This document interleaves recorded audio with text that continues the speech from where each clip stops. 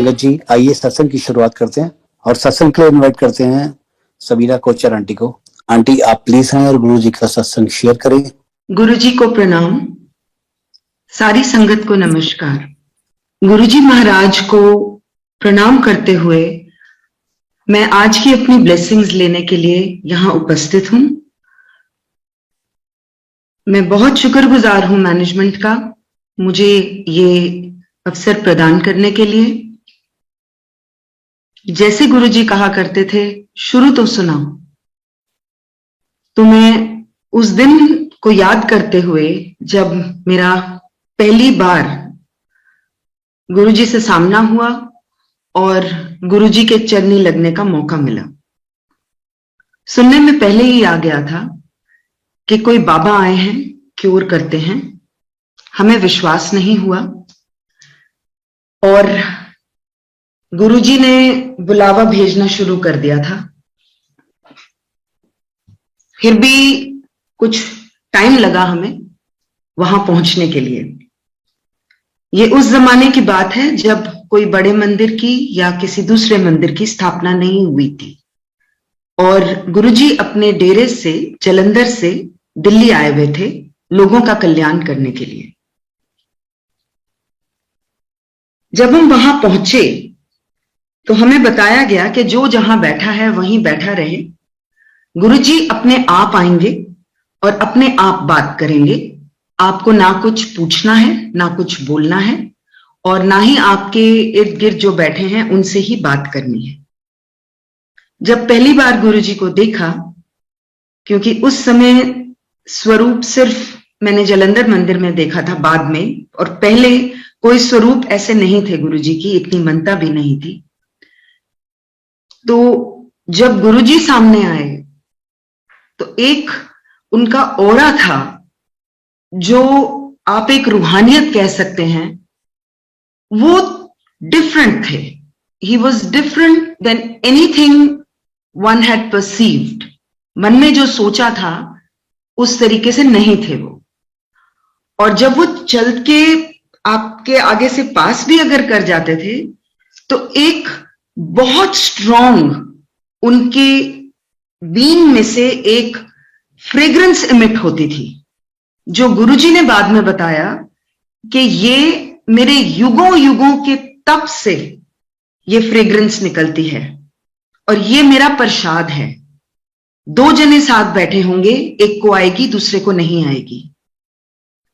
तो उस तरह गुरुजी ने समझाया तो समझ में आया कि ये क्या है। वो जमाने की बात है जब लोगों को बताना पड़ता था मुंह से कि आप किस चीज के लिए आए हैं, आपके मन में क्या अरदास है। तो गुरुजी पूछा करते थे। उस समय गुरुजी ने हमें यही बोला कि मैं कहीं जा रहा हूं और अपनी गाड़ियां मेरे पीछे लगा लो और साथ चलो। तो वहां पे जब हम गए, किसी का घर था, ड्राइंग डाइनिंग था, लेकिन सब जमीन पे बैठे थे। गुरुजी एक कमरे में चले गए और उन्होंने अपने आप को वहां बंद कर लिया। अब बाहर संगत जो बैठी हुई थी वो सब जमीन पे बैठी हुई थी और मैं बिल्कुल जमीन पे नहीं बैठ सकती थी क्योंकि मेरी टांगों में दर्द था और इस कदर दर्द रहता था कि इलाज करवाने के बाद भी वो दर्द ज्यादा नहीं था। बेटा मेरा बहुत छोटा था उस टाइम, सिर्फ 7 साल का था। ये 1995 की बात है और उसके गले में क्योंकि पस पड़ जाती थी और उसको एक एंटीबायोटिक को छोड़ के बाकियों से रेजिस्टेंस है, तो इसीलिए ये प्रॉब्लम एज अ मदर मेरे को बहुत ज्यादा परसिस्ट करती थी।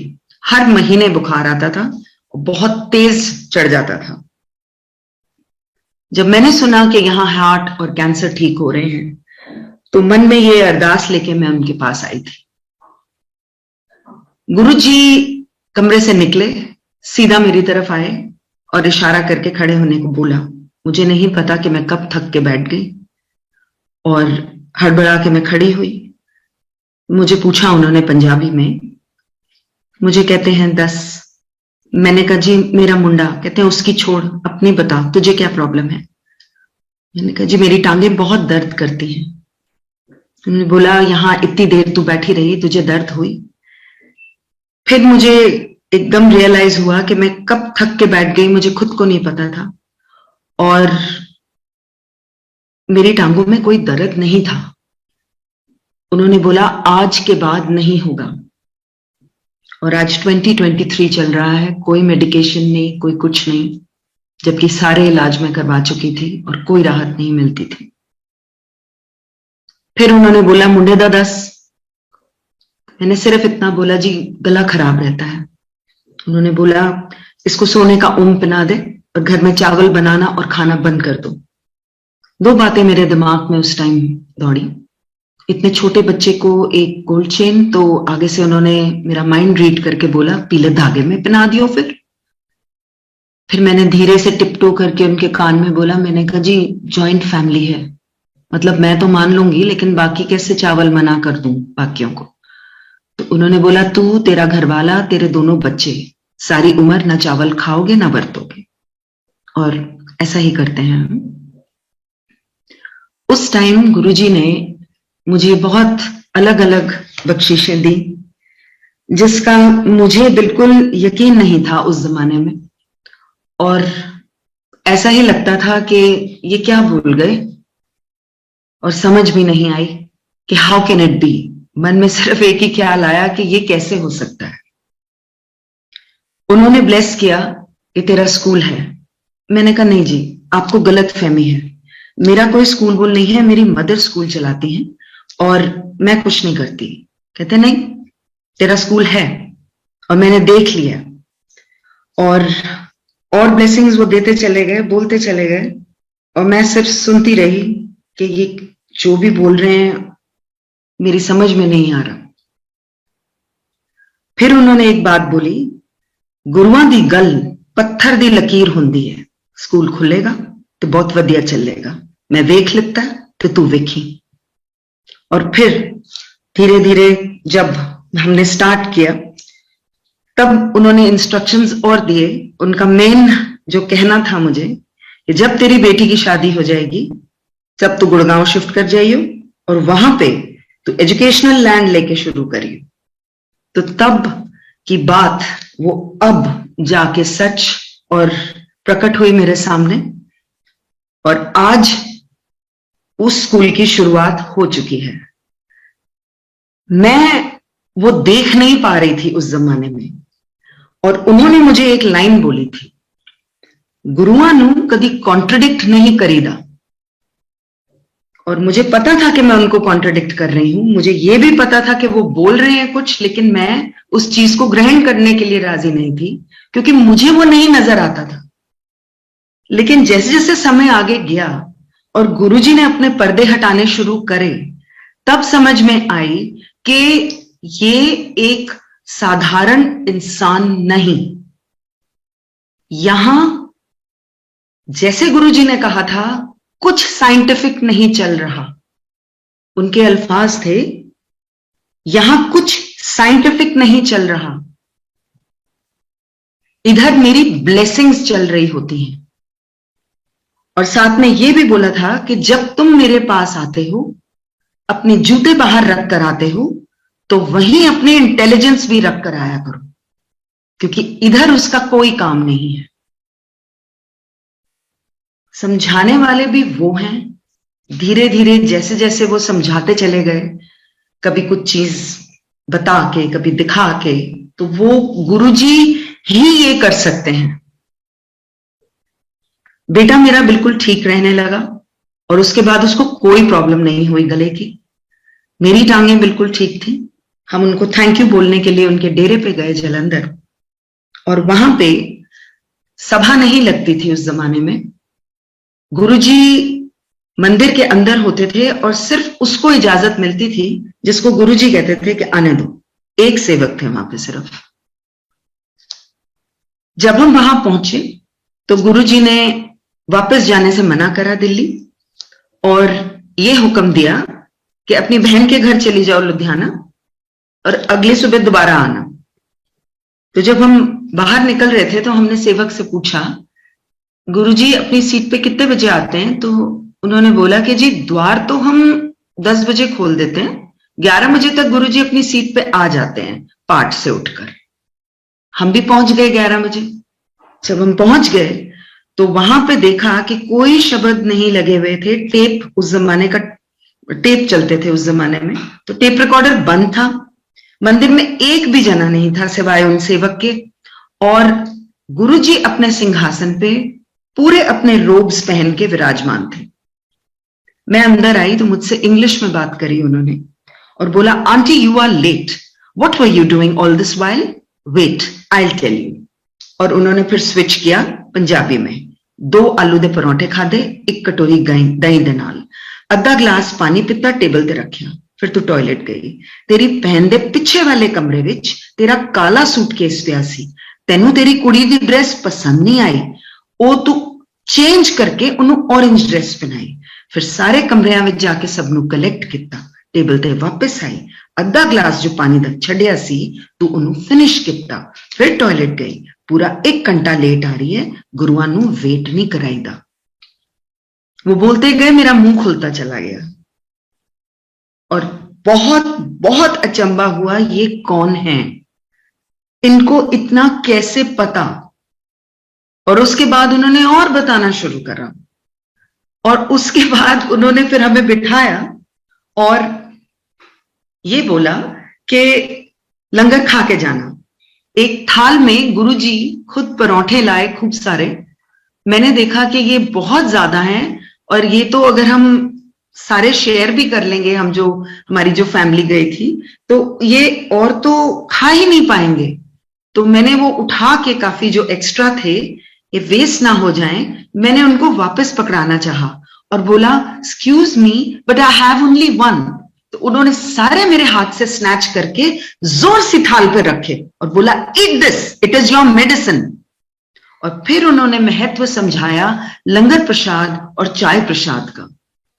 उन्होंने बोला कि मेरा प्रोसेस जो है वो चाय प्रसाद और लंगर प्रसाद, ये तुम्हारी ब्लेसिंग्स हैं और यही तुम्हारी मेडिसिन भी है, और इसका एक भी दाना जाया नहीं करना चाहिए, पूरा खा जाना चाहिए। कुछ लोग आए, गुरुजी ने उनको इजाजत दी। वो हमसे भी पहले गुरुजी के चरनी लगे थे। गुरुजी ने उनको बिठाया और एक एक करके उनसे हमें कल्याण सुनवाए। गुरुजी ने उनको बोला कि जो जो कल्याण मैंने करे, चलो बताओ इनको, 10 इन्होंने 10। तो एक का सुना, दूसरे का सुना, तीसरे का सुना। मेरे हस्बैंड और मैं, गुरुजी और हम सब जमीन पे ही बैठे थे। तो मेरे हस्बैंड ने गुरुजी से पूछा, Guruji don't you think it's very pompous? आपको नहीं लगता कि आप अपनी वड्याई करा रहे हो? आप हरेक को बोल रहे हो कि जो मैंने तेरे लिए कल्याण करे हैं तो उसको सुना। हम नए थे, हमें नहीं पता थी गुरु की महिमा, हमें कुछ भी नहीं पता था। और एक नजर में वो शुरुआत में सिर्फ एक साधारण इंसान लगे। ये तो बाद में जैसे जैसे उन्होंने समझाना शुरू करा तो समझ थोड़ी बहुत, जो हमारी छोटी बुद्धि है, थोड़ी बहुत समझ आई कि ये कौन है। तो गुरुजी ने बहुत प्यार से जवाब दिया और वो प्यार से ये जवाब था, मेरे कल्याण करने के तरीके बतेरे हैं। इतने तरीकों में से एक ये तरीका है, जो बोलता है उसका भी भला, जो सुनता है उसका भी भला, दोनों तरफ मेरी ब्लेसिंग्स चल रही होती है। वो पता करना तुम्हारा काम नहीं है, तुम अपनी ब्लेसिंग्स लो। फिर उन्होंने आगे और बताया, वो गुरु ही क्या जो 10 के कल्याण करे। किन्ने कल्याण तो मैं इस तरह ही कर जाना, लोगों को पता भी नहीं चलता। जैसे जैसे टाइम बीता, काफी साल बाद उन्होंने एक लाइन बोली, हार्ड मास का मैं सामने बैठा हूं, लोगों ने इंसान समझ लेता। मतलब हड्डी और मांस का, फ्लैश एंड बोन्स का मैं सामने बैठा हूं और लोग मुझे एक साधारण इंसान समझ के बैठे हैं। फिर उन्होंने बोला, बहुत बाद इत समझ आएगी कि मैं की हां। गुरुजी अगर आप मेरे को पूछें तो मेरे लिए वो परमात्मा है और वो जो झलक मैंने उनकी देखी वो मैं बयान नहीं कर सकती, लेकिन मन हमेशा साथ देता था कि ये परमात्मा का ही रूप है। उन्होंने खुद बताया कि वो कल्याण करने के लिए आए हैं। उन्होंने ये भी बताया कि जो अलग अलग जो महापुरुष होते हैं उनके लेवल्स होते हैं। वो कहते हैं एक ही ऐसा महापुरुष होता है जो सतगुरु होता है और उसके पास परमात्मा से ये परमिशन होती है कि वो लोगों का मर्ज अपने कंधों पे खींच सके, और किसी के पास शक्ति नहीं होती कि वो लोगों का मर्ज अपने ऊपर खींच के ठीक कर सके। उन्होंने ये बताया कि जो बाकी हैं वो मार्गदर्शन करते हैं और वो करेंगे, अपने अपने लेवल पे करेंगे। और अगली लाइन उनकी ये थी, ओ सतगुरु मैं हां। तो ये सिर्फ जिनके पास इतनी शक्ति हो वो ही ऐसे ऐलान कर सकते हैं। शुरुआत में जब ऐसी बातें सुनी तो लगता था ऐसे कैसे, लेकिन जैसे जैसे समय बीतता चला गया वो स्पष्ट होता चला गया कि जो ये ज्योत है ये परमात्मा की ही है। उन्होंने ये भी बताया कि if anybody tries to take, मतलब कोई भी इंसान दूसरे का मर्ज अपने ऊपर नहीं खींच सकता, वो क्रम्बल कर जाएगा। तो इस बात की उन्होंने जब इस बात का खुलासा करते हुए ये बताया, तो ये भी बताया जब मेरे फादर इन लॉ ने उनको पूछा कि हमारी फैमिली के जो महाराज जी हैं वो बाबालाल जी महाराज हैं और वहां पे गद्दी चलती है, तो आपके बाद कौन? बहुत ब्लंटली मेरे फादर इन लॉ ने उनको पूछा था, जिसका जवाब उन्होंने ये दिया, पहले भी मैं, हुन भी मैं, बाद विच भी मैं, इत्थे कोई गद्दी नहीं चलती, इत्थे मैं ही मैं हां। एक बार गुरुजी ने बताया, डॉक्टर अपना काम करेंगे, मैं अपना काम करूंगा, दवाई भी तब लगती है जब मैं ब्लेस करता हूं। उन्होंने ये भी बोला कि तू कहीं भी खड़ी हो जा, किधर भी अरदास कर ले, तेरी सारी अरदासें एक ही भगवान को आके प्रवान होती है, क्योंकि भगवान एक है, रब एक है। लोकां ने वखरे वखरे ना दे दिते, रब नूं खिडौना समझ लिया। उनकी एक और बात थी जो उन्होंने बयान करी उस समय। उन्होंने बोला कि इंसान किस कम दा, इंसान किसी कम दा नहीं। जानवर मर के भी कम आ जाते ने, उन्होंने बटुए बन जाते ने, जुत्ते बन जाते ने, बेल्टां बन जांदियां ने, खान दे भी कम आ जाते ने, लेकिन इंसान ते मर के किसी कम दा नहीं। जींदे जी जे और रब दा शुकराना कर ले, ਉਹਦੇ वास्ते इन्ना ही बहुत है। And then his next line was, शुकराना करना चाहिए। और बहुत सिंपली उन्होंने मेरे को बताया, आंख, नाक, मुंह, कान तेरे आगे लगे हैं, पीछे क्यों नहीं? इस चीज का तू शुकराना कर। Very simple things in life जो हम we just take it for granted कि रब ने तो ये दिता ही दिता, उस चीज का गुरुजी ने सिखाया कि हमें वो शुक्राना करना चाहिए। घर में अलग अलग मेरी मदर जैसे अनवेल थी और उनको डायबिटीज बहुत हाई थी, गुरुजी ने वो भी क्योर करी। मेरे फादर को लिम्फोमा बताया गया इतने साल पहले, और उस समय डॉक्टर्स ने बोला था कि ये 3 महीने से ज्यादा नहीं बचेंगे। बहुत जगह रिपोर्टें दिखाई, लेकिन हर जगह से 3, 4, 6 महीने से ज्यादा कोई नहीं बताता था। और गुरुजी उस समय दिल्ली आए हुए थे और जहां वो होते थे वहां परमिशन लेके जाना पड़ता था। परमिशन मिली, हस्बैंड और मैं अंदर गए, बैठे, बहुत औखे थे उस दिन। सेटी पे आलती पालती, कभी इधर कभी उधर। हमने यही सोचा बाहर आके कि इतने बड़े महापुरुष को हम क्या बताने आए, जिसको सब कुछ पता है। तो हम कुछ बोल नहीं पाए और हम वहां से चले गए।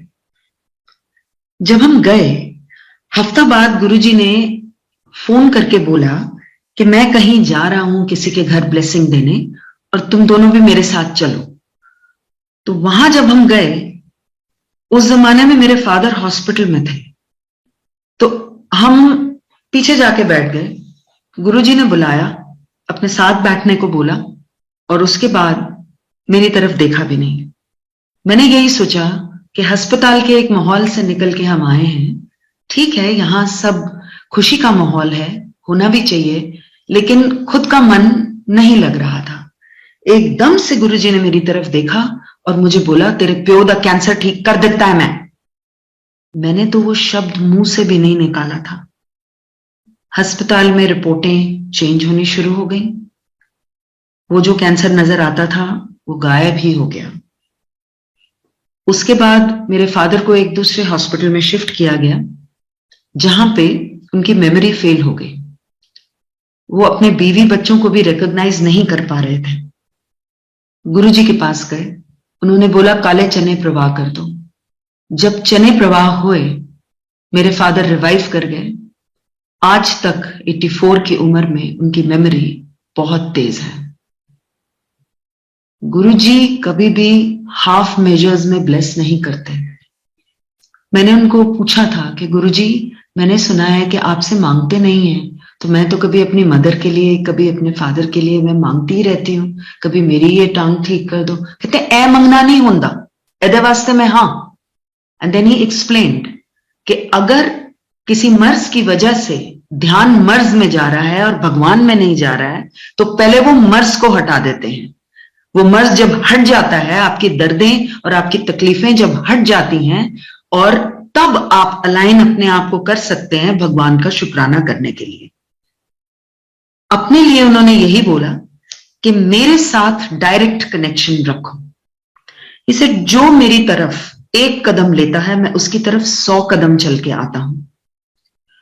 कभी किसी ने अगर मेरे बारे में जिक्र किया, तो सबसे पहले तो वो ब्लेसिंग्स ले जाता है। जिसने सुना, फिर उसका और मेरा डायरेक्ट कनेक्शन होना चाहिए। गुरुजी और आपके बीच में किसी मीडियम की जरूरत ही नहीं है।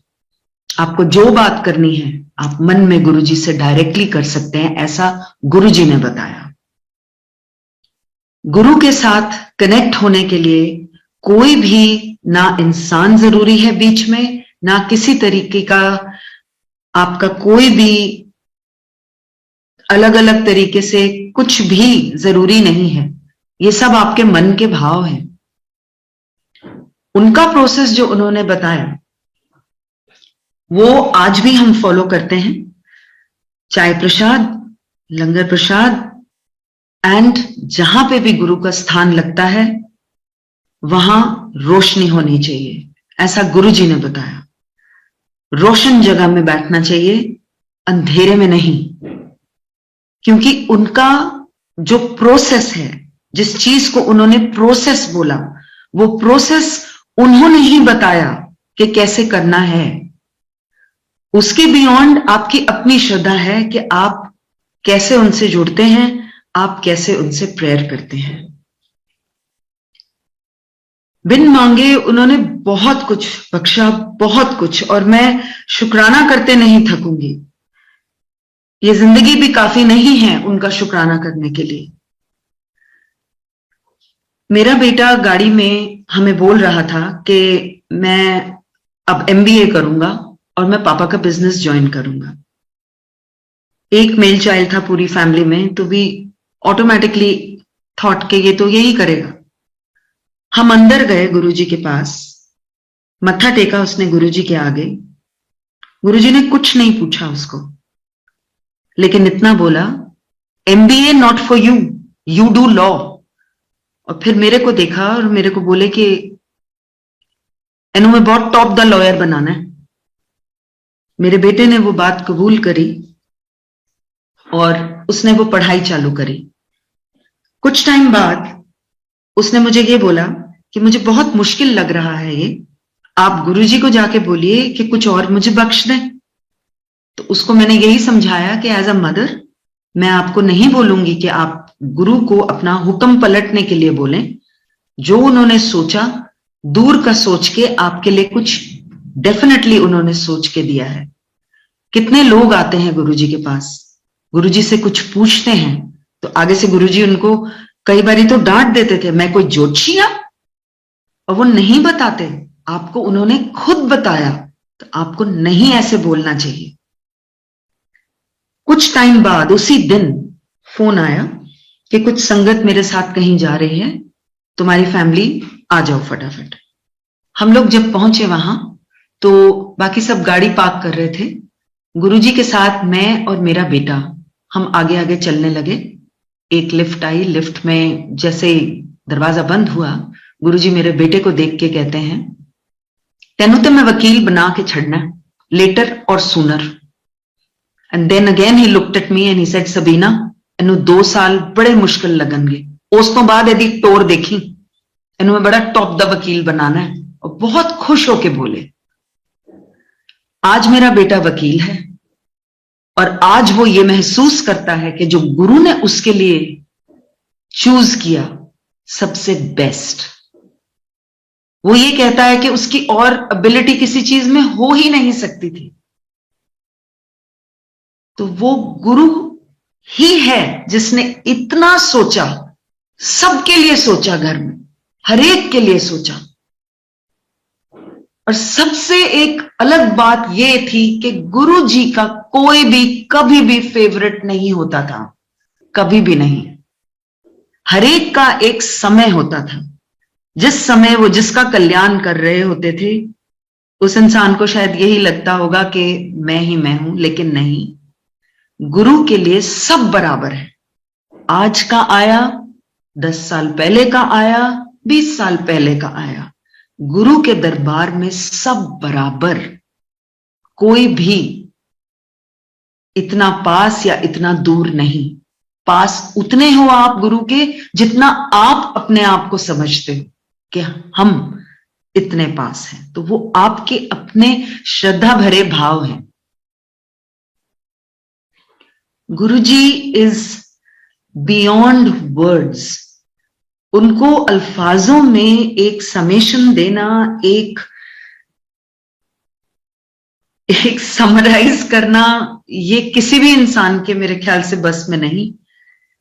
उन्हें सिर्फ महसूस किया जा सकता है क्योंकि एक रूहानी शक्ति है वो, आज भी हमारे बीच हैं और उनको सब कुछ पता है। उनसे कोई चीज नहीं छुपा सकते आप, कोई चीज नहीं छुपा सकते।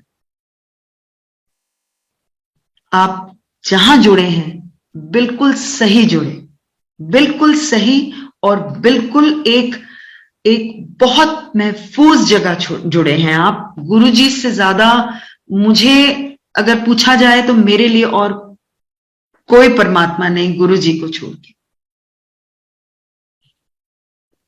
मुझे जीवन दान दिया गुरुजी ने और ये कहा था, जे मैं तेनू दसांगा तेनू की है, तेरे पैरों तले जमीन खिसक जाएगी। मैंने उसी समय हाथ जोड़ के बोला, महाराज मैनू दसना ना। उन्होंने बोला, मैं 5 साल बाद दसांगा तेनू। मैंने फिर हाथ जोड़े, महाराज मैनू दसना ना। क्योंकि अगर मेरा गुरु ये सोच रहे हैं कि मैं वो बर्दाश्त नहीं कर पाऊंगी, तो मेरे को जानने की भी क्या जरूरत है, जब मुझे पता था कि ये सब कुछ ठीक कर सकते हैं। उन्होंने मुझे 5 साल बिना दर्शन के रखा। 5 साल जब पूरे हुए, मेरा एक दिन सांस उखड़ गया। मैं बिल्कुल डिस्कम्फर्टेड थी और बहुत एस्फिक्सिएटेड फील कर रही थी, ठीक से ब्रीथ नहीं कर पा रही थी।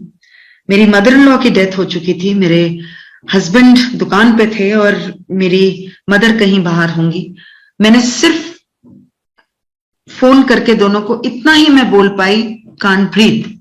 मेरा बेटा ऑक्सीजन सिलेंडर लेने भागा, बेटी नेबर से हेल्प लेने भागी, घर में जो मेंबर्स थे अपनी पूरी कोशिश कर रहे थे हेल्प करने की, बट गुरुजी की एक फोटो आई थी एक मैगजीन में छप के, वो मैंने पन्ना निकाल के अपने बेड साइड ड्रॉर में रख लिया था जब 5 साल पूरे हो चुके थे। वो पन्ना मैंने निकाल के और गुरुजी को सिर्फ इतना कह पाई, गुरुजी मैनू सा नहीं आ रहा, और बड़ी अजीब सी एक गर्दन के पीछे सेंसेशन हुई, ऐसा लगा जैसे किसी ने सांस दिया। और फिर भी हॉस्पिटल ले जाई गई, एक ऑक्सीजन मास्क था नाक के ऊपर, नर्स से इशारे से पूछा, उसने बोला आईसीसीयू। मन में एक ख्याल आया कि जब मेरा अंत आया, ना मेरा घर वाला काम आया, ना मेरे माँ प्यो, ना मेरे बच्चे, ना कोई और, सिर्फ मेरा गुरु काम आया। जब गुरुजी के आगे खड़ी थी और वो प्रसाद बांट रहे थे सबको, मुझे देख के स्माइल किया और बोला क्यों फिर, ना घर वाला काम आया, ना माँ प्यो, ना बच्चे, ना कोई और, तेरा गुरु काम आया, ले तेरी सेकंड लाइफ, तू ऐश कर।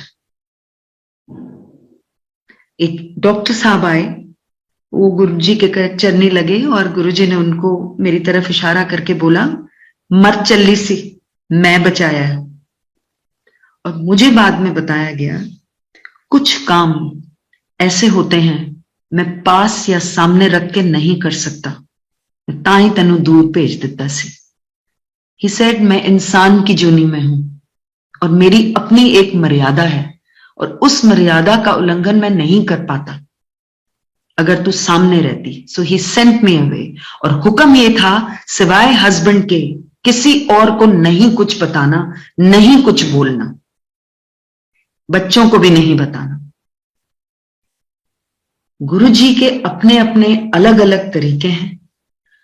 पुरानी संगत आपको बताएगी जरूर कैसे अलग अलग तरीकों से उन्होंने अलग अलग जनों का कल्याण किया,